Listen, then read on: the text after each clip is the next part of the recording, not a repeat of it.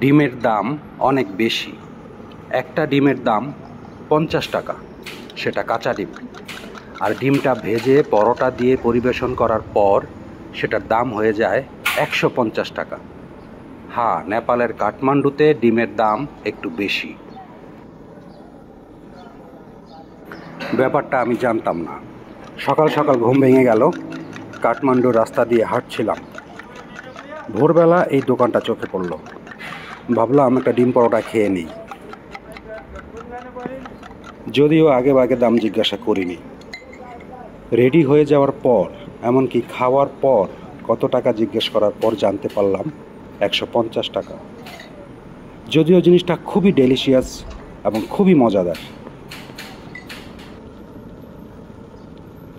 চলুন আপনাদের সঙ্গে শেয়ার করি নেপালি পরোটা এবং ডিম, মানে পরোটা দিয়ে ডিমের রোল কিভাবে তৈরি করে।